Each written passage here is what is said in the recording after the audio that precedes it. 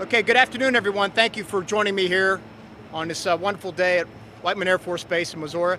I've had a great visit today, my first actual visit here to this base, and I'm very pleased to be here.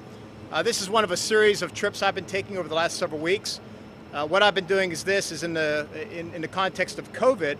I've been trying to get out to our forces, to many of our bases, to understand how we are dealing with COVID, how the force is holding up, the adjustments we made, and the readiness of the force. So several weeks ago, I had the chance to visit our training bases. I had a chance to go to Parris Island. I had a chance to go to our bases with the Army, Great Lakes with the Navy, and down to Texas to visit the Air Force. And again, that was a chance to look at how we are introducing new soldiers, sailors, airmen, and Marines into the force, and how are they holding up under the context, under the environment of COVID. I've also been going around and looking at the other end, the top tier of our force, and to make sure I understand how they're doing and how they're treating COVID. And last week I was in Dam Neck, Virginia, with our Naval Special Warfare folks, and today I'm here with our B-2 squadron. This is a very unique capability. There's no other capability like this in the world. The people of this community, the people of Missouri should be very proud of this because it is so special. And these airmen and officers and NCOs are quite capable, and I've been very impressed with all the briefings I received today and the discussions about the capabilities that this force brings and how well they're doing holding up in the COVID environment, implementing the guidance we've been putting out since January, and really taking care of the force and taking care of other folks on the base, whether it's dependents, retirees, etc. So again, very impressed by what I saw today, a chance to talk to the planners, a chance, as you saw, to walk around the aircraft, to talk to the folks who work through the maintenance, who handle the ordnance, and I had a chance to actually be in a simulator today as well. What particularly impressed me too is the close relationship between the Guard and the active duty. So we have the 509th active duty, the 131st Guard, very well integrated. As some of you know, I served in both active duty and the Guard, Army Guard. I've never seen integration like this.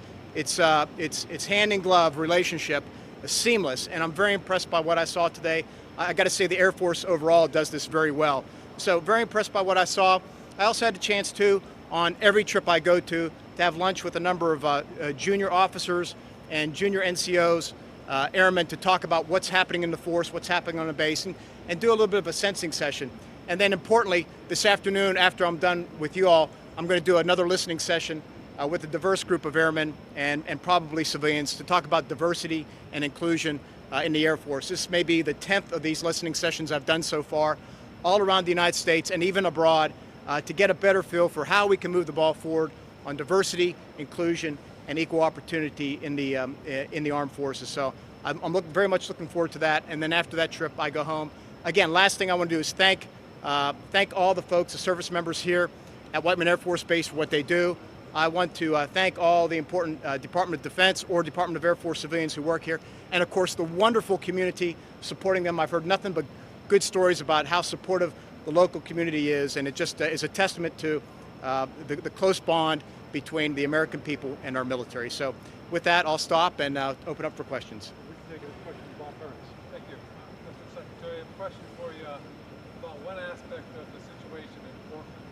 I'm referring to the fact that you have personnel, federal security personnel on the streets who are interacting with civilian protesters who are wearing military-style uniforms. I wonder if you have any objections to that practice, or do you raise any objections? Bob, thanks for that question, but today I'm going to focus on the important folks here at Whiteman Air Force Base and this tremendous capability sitting behind me today. I've spoken about that before the House Armed Services Committee, so I'm not going to add anything further today. I want to speak about this visit here today. That was before the Portland.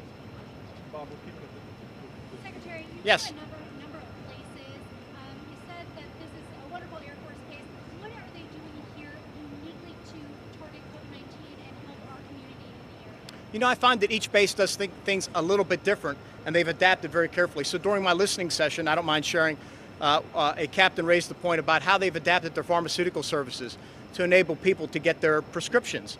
And they don't have a drive-through. They're looking at that in the future, but they're able to at least have a workaround system whereby people don't have to come into the pharmacy. By the way, we're hand delivering it to them at their car. They're texting to note their arrival. So little things like that are really helping us avoid contact and maintain social distancing, but at the same time looking at efficiencies that I think will probably hold well into the future.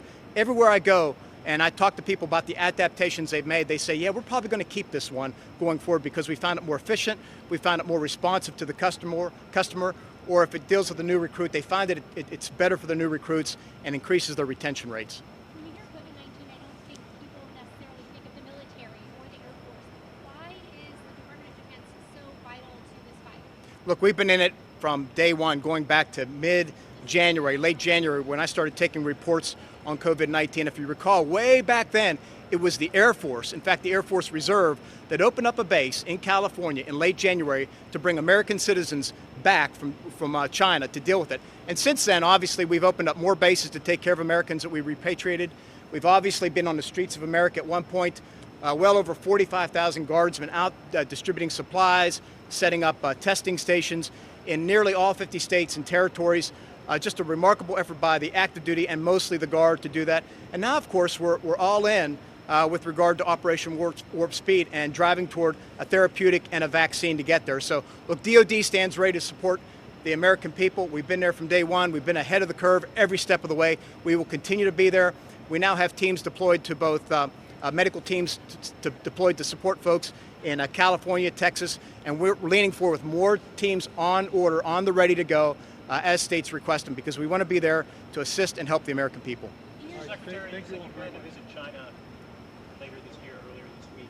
Can you tell us what you plan to accomplish with that visit, sort of what the time frame might be, and just, I mean, with the most recent carrier operation? Again, I want to focus today on what I'm doing today, my visit here to Whiteman, and talk about that. If you have a question along those lines, I spoke about this yesterday. I hope this year, but it depends on the invitation of my guests, of my hosts. I'm sorry. You mentioned diversity in the Yeah. conversations that you've had.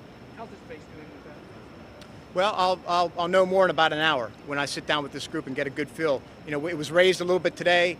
Folks asked about my, my views with regard to, for example, removing from promotion boards and assignment boards, gender pronouns and references to person's last name. All those things we can do to get rid of things that might trigger conscious, and more importantly, unconscious bias. I want to do to move forward. We need to be as meritocratic as possible in the military. That's our commitment. The military is very diverse. That's a strength of ours to be diverse. At the end of the day, it's all about improving cohesion, morale, and readiness.